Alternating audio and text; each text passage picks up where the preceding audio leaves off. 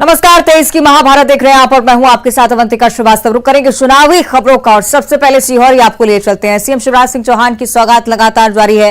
विकास पर्व के अंतर्गत सीहोर में आज मुख्यमंत्री शिवराज सिंह चौहान बोल के बताओ अच्छी है। अब बहनें मेरी कितनी पता है?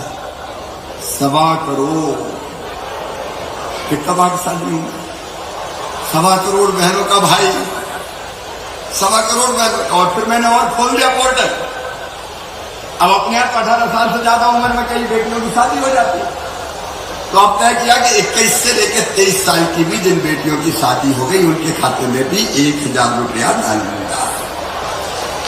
और ट्रैक्टर वाली कई बहनें छूट गई थी, तो कई बहनों ने कहा भैया ट्रैक्टर तो हमारा जमीन तो थोड़ी सी है, ट्रैक्टर तो किराए पे चलाने ले लिया, कर्जा लेकर ले लिया, तो भैया हमें भी तो दे।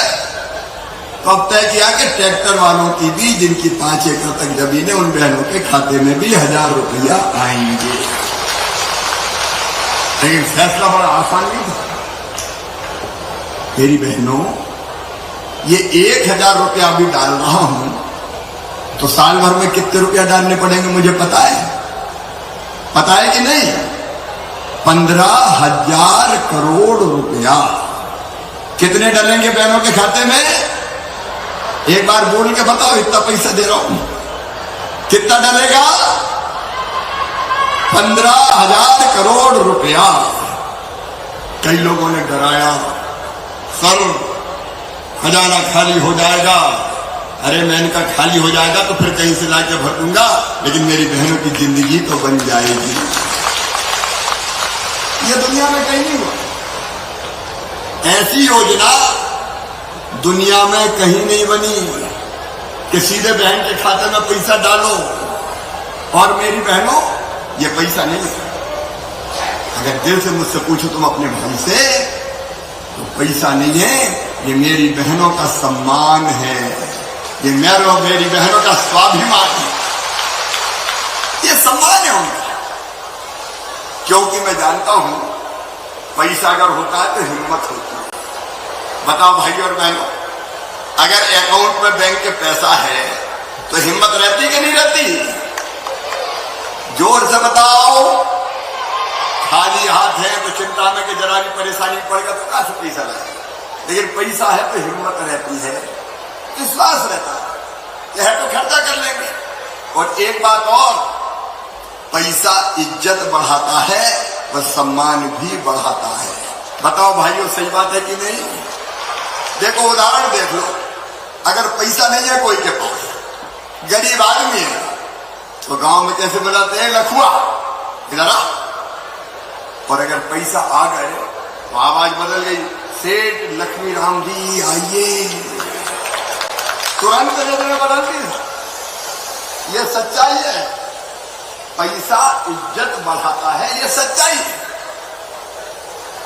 अगर पैसा नहीं होता तो दिक्कत होती है। और ये सम्मान है, ये केवल पैसा नहीं है। पर मेरी बहनों, एक तो मन में विश्वास रहता है कि ठीक है खर्च कर देंगे, दूसरे घर में भी इज्जत बढ़ जाती है।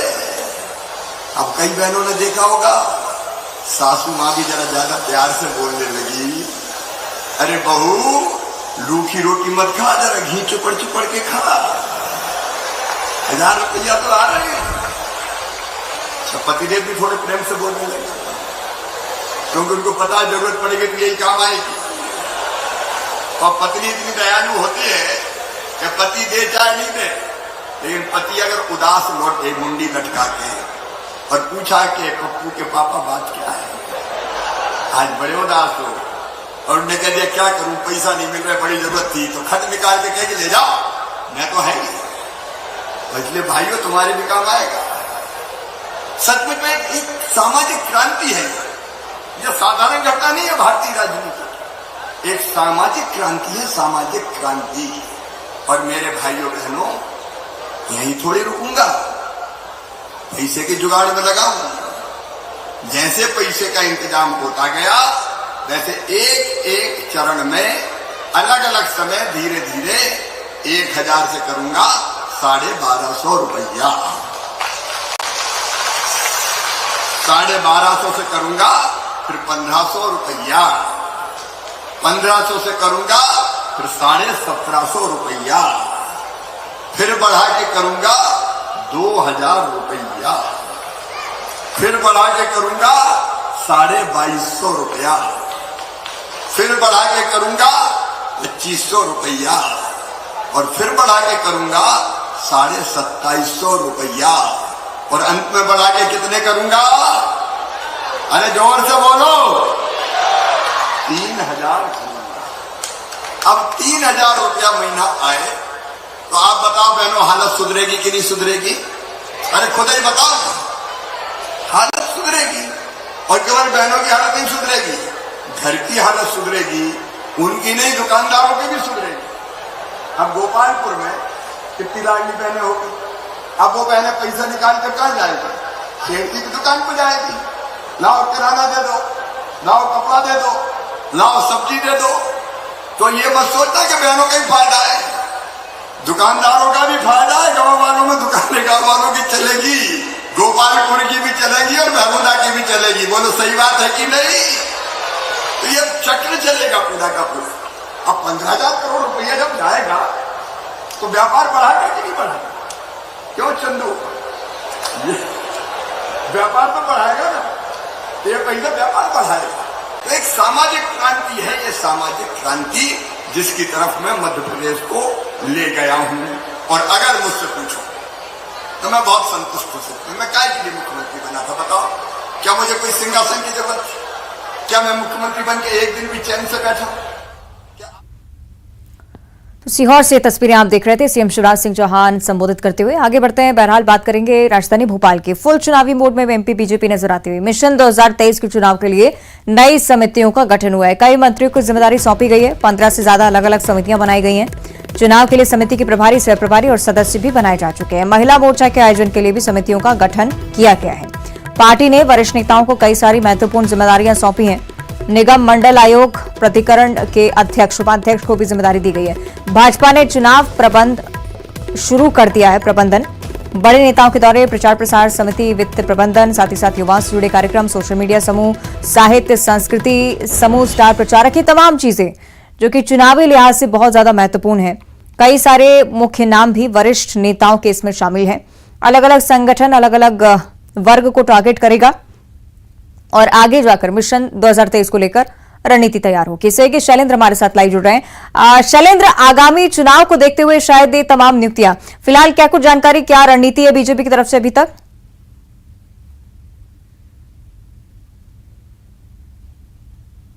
2023 से उसके प्रबंधन के लिए अलग अलग 15 से ज़्यादा समितियां बनाई है। इन समितियों की अधिकृत लिस्ट कुछ ही देर में आने वाली है। इस जिम्मेदारी में सबसे बड़ा है कि जो मंत्री हैं यहाँ पर, कैबिनेट मंत्री, उन प्रमुख कैबिनेट मंत्रियों को यहाँ पर जिम्मेदारी दी गई है, उन्हें काम दिया गया है। और अलग अलग, अगर पीएम मोदी हो या केंद्रीय गृह मंत्री अमित शाह हो या केंद्रीय मंत्री भूपेंद्र यादव, अश्विनी वैष्णव या जो भी स्टार प्रचारक जो कि भाजपा के केंद्रीय लीडरशिप के नेता जब यहाँ मध्यप्रदेश में दौरे पर आएंगे तो उन नेताओं के वीवीआईपी मूवमेंट के लिए भी मंत्रियों को जिम्मेदारी दी गई है। इसके अलावा प्रबंध समितियां अलग अलग बनाई गई है। इसके अलावा रोड शो के लिए एक प्रबंध समिति बनाई गई जिसमें पीएम के रोड शो होंगे, गृह मंत्री अमित शाह के रोड शो होंगे। तो इस तरह की अलग अलग समितियां हैं, जो कि कुछ समितियां ऐसी जो वित्त का काम संभालेगी, कुछ समितियां ऐसी है जो कि यहाँ पर यह प्रबंधन देखेगी कि कहाँ पर किस तरह के कार्यकर्ताओं को भेजना है।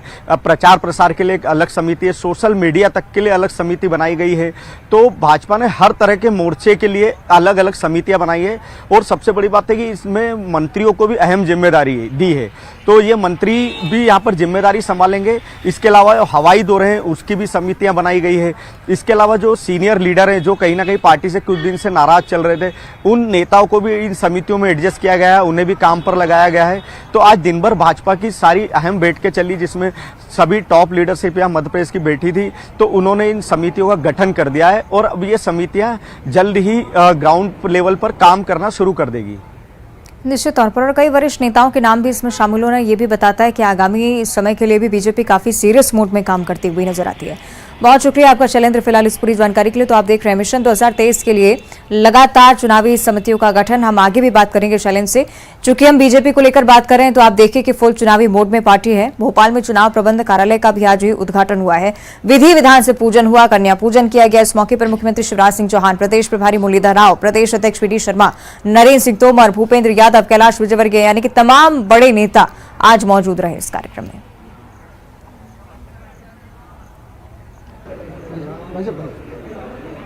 चुनाव अभियान तो पहले ही शुरू हो गया है, लेकिन प्रबंधन के जो काम को लेकर के आज एक माइक्रो मैनेजमेंट की दृष्टि से आज उसकी शुरुआत हुई है। और मुझे पूर्ण विश्वास है कि हम सब भारतीय जनता पार्टी के सभी कार्यकर्ता एक टीम स्पिरिट के साथ जिस प्रकार से हम लगातार काम करते आए हैं, चुनावी प्रबंधन में एक एक कार्यकर्ता अपनी महत्वपूर्ण भूमिका निभाते हुए इस बार के 2023 के चुनाव को भारतीय जनता पार्टी ऐतिहासिक बहुमत के साथ जीतेगी। आज ये संकल्प लेकर के भगवान की पूजा अर्चना करके हमने आज चुनाव के प्रबंधन कार्यालय की शुरुआत की है। चुनावी साल है और ऐसे में सियासी दल सभी वर्गों को लुभाने में लगे हुए हैं। बीजेपी ने दलित आबादी को साधने के लिए सागर के नरियावली में 100 करोड़ की लागत से संत रविदास मंदिर का निर्माण करवाया है। मंदिर निर्माण से पहले 25 जुलाई से 12 अगस्त तक प्रदेश भर में बीजेपी संत शिरोमणि रविदास मंदिर निर्माण के लिए संत समरसता यात्रा निकालने वाली है। बीजेपी ने भोपाल के बरखेड़ा से संत रविदास मंदिर से बीजेपी के इन रथों को रवाना किया है। चरण पादुका का भूमि पूजन किया गया। इस मौके पर अनुसूचित जाति मोर्चा के राष्ट्रीय अध्यक्ष भी मौजूद रहे। वी डी शर्मा भी मौजूद थे। बीजेपी एससी मोर्चा के प्रदेश अध्यक्ष डॉक्टर कैलाश जाटव भी मौजूद थे। आज मुझे गर्व है कि माननीय मुख्यमंत्री जी ने, हमारी सरकार ने, माननीय प्रधानमंत्री जी के आशीर्वाद से मंदिर निर्माण की 100 करोड़ के मंदिर के निर्माण की संत शिरोमणि रविदास जी महाराज के लिए की थी, वो आज कार्य रूप लेते हुए यात्रा निकल करके 55,000 गांव से गांव की मिट्टी लेकर के 350 नदियों का जल लेकर के संत शिरोमणि रविदास जी महाराज के उस पावन भूमि पर ये यात्राएं पहुंचेंगी और 12 अगस्त को इनका समापन होगा। मिशन 2023 के लिए भाजपा तैयार है। अब भाजपा ने रानी दुर्गावती यात्रा के बाद दलित वर्ग को रिझाने के लिए मध्य प्रदेश में रविदास यात्रा का शुभारंभ किया है। और हम आपको बता रहे हैं ये वो रथ है जो कि अलग अलग जिलों में होते हुए सागर पहुंचेंगे। ये श्री रविदास की जो संत शिरोमणि थे उनकी चरण पादुकाएं हैं। जो चरण पादुकाएं अलग अलग गांवों में पहुंचेगी। उन गांवों में जाने के बाद हर गांव में इनका स्वागत होगा। इन चरण पादुकाओं की पूजा होगी। श्री संत रविदास को याद किया जाएगा। ये वो कलश है जहां पर अलग अलग नदियों का जल संग्रहित किया जाएगा और ये जल और ये चरण पादुकाएं अपने रथों के साथ सीधे सागर पहुंचेगी और सागर में श्री संत रविदास का 100 करोड़ का एक मंदिर बनाया जाएगा। तो ये सारी तैयारियां कहीं ना कहीं भाजपा के मिशन 2023 से जोड़कर भी देखी जा रही है, क्योंकि मध्य प्रदेश में चुनाव नज़दीक है। और सबसे बड़ी बात है कि इस कार्यक्रम में जो सागर में के नरियावली में होगा उसमें खुद प्रधानमंत्री नरेंद्र मोदी भी मौजूद रह सकते हैं। तो देखना होगा कि इस रविदास यात्रा से भाजपा को चुनाव में कितना फायदा मिलेगा। कैमरामैन मोहसिन के साथ शैलेंद्र चौहान, न्यूज 18 भोपाल। सही, शैलेंद्र लगातार हमारे साथ जुड़े हुए हैं। शैलेंद्र, सियासत की एक और नई यात्रा से कह सकते हैं, पर चूंकि चुनावी साल इसलिए हर धार्मिक आयोजन को कहीं ना कहीं राजनीतिक दृष्टि से देखा जा रहा है। कितना असर इसका मध्य प्रदेश में हो सकता है? देखिए, निश्चित ही आप ये मानिए कि इसके पहले अभी भाजपा ने या सरकार ने रानी दुर्गावती शौर्य यात्रा निकाली थी, तो वो यात्रा पूरी तरीके से आदिवासी वोट बैंक पर फोकस थी। अब ये वाली जो यात्रा है संत रविदास संत शिरोमणि जिन्हें कहा जाता है, यह यात्रा पूरी तरीके से उस दलित आबादी पर फोकस है जिसकी आबादी मध्य प्रदेश में 15% है। तो एक बड़ा वोट बैंक है और भाजपा ने जिस तरीके से रोड में प्लान किया है, जिस तरीके से ये 45 विधानसभा सीट को कवर करेगी, उसके अलावा ये ये 55,000 गांव से गुजरेगी। हर जगह जब रथ गुजरेंगे तो इन रथों के साथ चरण पादुका होगी, संत शिरोमणि को याद किया जाएगा और इसके अलावा ऐसे कलश होंगे जो कि गांव-गांव में महिलाएं लेकर निकलेगी। तो इस कलश और चरण पादुका के जरिए भाजपा मिशन 2023 को जीतने के लिए एक बड़ी रणनीति पर काम कर रही है और अलग अलग जगह पे जाने के बाद जब इस सागर के नरियावली पहुंचेगी तो पीएम नरेंद्र मोदी खुद इस कार्यक्रम में मौजूद रहेंगे 12 अगस्त को। तो आप समझिए कि कितनी बड़ी भाजपा ने तैयारी की है। बिल्कुल, यानी कि बड़ा स्वरूप देने की तैयारी है। बहुत शुक्रिया आपका शैलेंद्र फिलहाल इस जानकारी के लिए। तो एक तरफ मध्य प्रदेश में हम देख रहे थे सियासी हलचल लगातार बढ़ती है, लेकिन इस बीच छत्तीसगढ़ से एक बड़ी जानकारी, मणिपुर की घटना पर निंदा प्रस्ताव जारी किया गया है। कांग्रेस की बैठक में ये प्रस्ताव लाया गया है। विस्तारित कार्यकारिणी में ये बैठक हुई थी, जिसके चलते निंदा प्रस्ताव को लेकर सहमति तमाम नेताओं के बीच बनती नजर आ रही है। सीएम भूपेश बघेल ने निंदा प्रस्ताव का समर्थन किया है। पीसीसी चीफ दीपक बैज जो कि ये कहते हैं कि मणिपुर में डबल इंजन की सरकार नाकाम रही है, बीजेपी सरकार जनता की सुरक्षा करने में पूरी तरह नाकाम।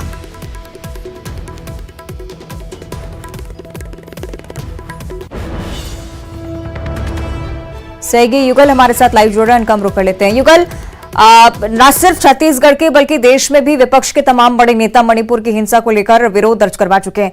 आज इस बैठक में निंदा प्रस्ताव जारी हुआ, आगे क्या फॉर्मूला?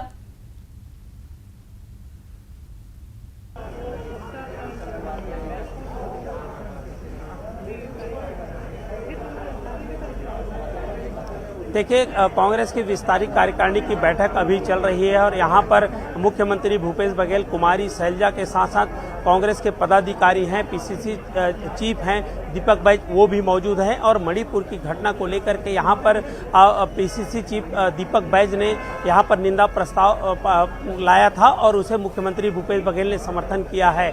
और इससे पहले भी कुमारी शैलजा जब एयरपोर्ट पर हमारी उनसे बात हुई तो उन्होंने कहा कि छत्तीसगढ़ की घटना को लिंक करके क्या मणिपुर की घटना को दबाने का प्रयास किया जा रहा है। तो ये बड़ा बयान कुमारी शैलजा का कहा जा सकता है। और अभी बैठक है वो लगातार जारी है और चूंकि पीसीसी चीफ बनने के बाद दीपक बैज की ये पहली बैठक है, उसमें सबसे पहले सभी जो पदाधिकारी हैं कांग्रेस की, वहां पर उनसे परिचय हो रही है, रायशुमारी भी की जा रही है। और चूंकि चुनावी वर्ष है, 2023 में विधानसभा का चुनाव है, तो ऐसे में कार्यकर्ताओं को रिचार्ज करने का भी काम किया जा रहा है। बड़े नेता हैं, पदाधिकारी हैं, मुख्यमंत्री भूपेश बघेल खुद यहाँ पर पहुंचे हुए हैं और लगभग 1.5 घंटे से ये बैठक है वो लगातार जारी है। अभी बैठक और भी चलेगी, लेकिन इस बीच ये भी कहा जा सकता है कि कार्यकर्ताओं को रिचार्ज करने का काम है वो कांग्रेस कर रही है। और अगर हम मणिपुर की घटना की बात करें अवंतिका, तो मणिपुर की घटना को लेकर के कांग्रेस लगातार बीजेपी पर आरोप लगा रही है और जिस तरह से ये मामला है और भी लंबा जाएगा। जब विधानसभा की चुनाव होगा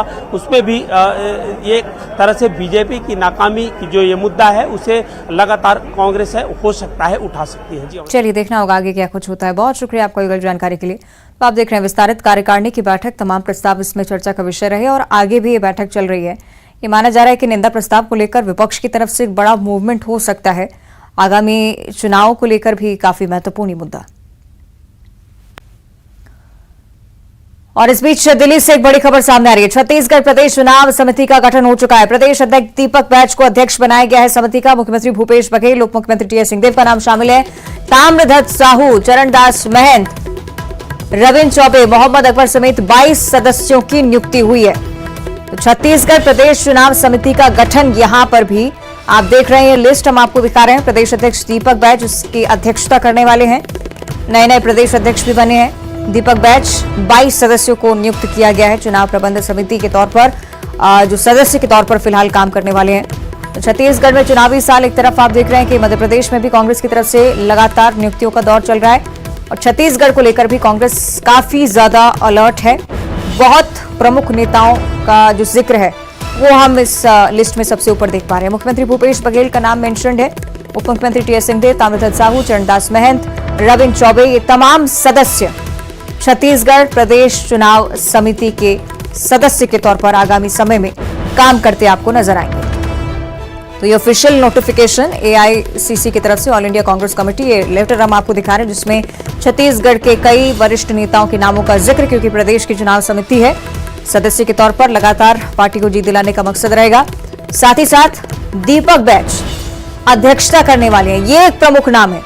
प्रदेश अध्यक्ष के तौर पर, पीसीसी चीफ के तौर पर अब काम कर रहे हैं और प्रदेश अध्यक्ष होने के साथ साथ प्रदेश चुनाव समिति के अध्यक्ष के तौर पर भी दीपक बैच को, जिनके नाम को अब डिसाइड किया गया है एआईसीसी की तरफ से। यानी कि देखिए, आला कमान भी काफी ज्यादा सीरियसली इस प्रदेश को लेकर काम करता हुआ, सीरियस मोड पर, फुल एक्शन मोड पर कहीं ना कहीं दोनों ही पार्टियां जुटी हुई हैं विधानसभा चुनाव के मद्देनजर। तो एआईसीसी की तरफ से जो ऑफिशियल लेटर जारी हुआ, ये हम आपको दिखा रहे हैं। कुल 22 सदस्यों के नाम इसमें शामिल हैं जिन्हें नियुक्त किया गया है प्रदेश चुनाव समिति के अध्यक्ष, लेकिन दीपक बैज रहेंगे, ये एक नया नाम। सही, अशरफ हमारे साथ फोन लाइन पर जुड़ रहे हैं। अशरफ, ये लेटर हम लगातार देख रहे हैं, कौन सी प्रमुख बातें इससे और जुड़ी हुई? इसके अलावा इसमें आप जो नाम देखेंगे, इसमें मुख्यमंत्री भी है, उप मुख्यमंत्री टी.एस. सिंहदेव, उनका भी नाम है, गृह मंत्री ताम्रध्वज साहू है, रविंद्र चौबे है, मोहम्मद अकबर है, रविशंकर, शिवशंकर डेरिया है, अनिल भेड़िया है, जय सिंह अग्रवाल, मोहन मरकाम, गुरुदास, मतलब तकरीबन तमाम इनके जो प्रमुख कैबिनेट के सदस्य हैं वो हैं। उसके अलावा रायपुर पश्चिम से विधायक विकास उपाध्याय, उनको भी शामिल किया गया है, राजेश तिवारी, उनको पारस चोपड़ा को भी शामिल किया गया। इसके अलावा प्रदेश महिला अध्यक्ष, उनको यूथ कांग्रेस के अध्यक्ष, उनको एनएसयूआई के जो स्टेट प्रेसिडेंट हैं उनको, और सेवा दल के प्रदेश अध्यक्ष। तो यानी इस चुनाव समिति में सभी का प्रतिनिधित्व है।